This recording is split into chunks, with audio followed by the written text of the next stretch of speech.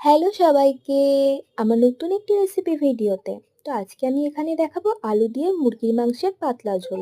তার জন্যই আমরা প্রথমে মাংসটিকে ম্যারিনেট করে রাখবো। ম্যারিনেট করার জন্য সেরকম কিছুই না, টক দই, হলুদ গুঁড়ো, লঙ্কা গুঁড়ো, কাঁচা পেঁয়াজ, নুন এবং কাঁচা সর্ষের তেল দিয়ে আমরা মাংসটিকে আধ ঘন্টা থেকে 1 ঘন্টা মতো ম্যারিনেট করে রেখে দেবো।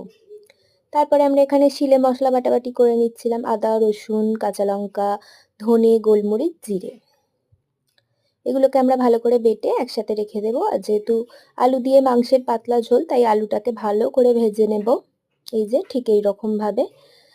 তো ভেজে নেওয়ার পরে আমরা এখানে সাদা জিরে, গোটা গরম মশলা, তেজপাতা, শুকনো লঙ্কা ফোড়নে দিলাম। তারপরে আমরা এখানে দিয়ে দেব পেঁয়াজ। পেঁয়াজটা একটু বাদামি বাদামি হয়ে আসলে পরে ওই যে বেটে রাখা মশলাটা আমি এখানে দিয়ে দেব। দিয়ে মশলাটা একটু কষাবো যতক্ষণ না মশলা থেকে কাঁচা গন্ধটা চলে যাচ্ছে। কষানো হয়ে গেলে পরে আমরা এখানে একটুখানি স্বাদ মতো চিনিও দিয়ে দেব।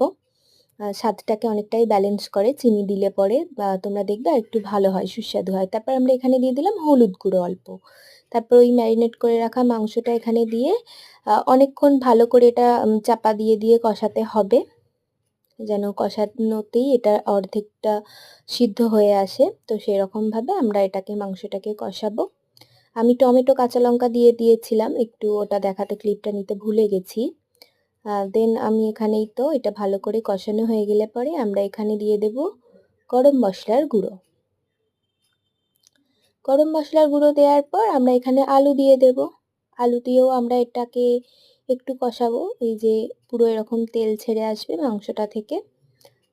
এই যে খুব সুন্দর মতো এরকম তেল ছেড়ে আসবে। এই মাংসটা বেশিরভাগটাই কাঁচা লঙ্কা দিয়েই রান্না হয়েছে। লঙ্কা গুঁড়ো জাস্ট একটুখানি ম্যারিনেটের সময় দিয়েছিলাম।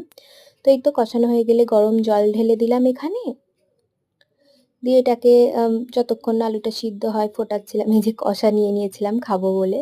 তারপর সিদ্ধ হয়ে গেলে, সবকিছুটা হয়ে গেলে এখানে দিয়ে দিলাম ধনেপাতা কুচি।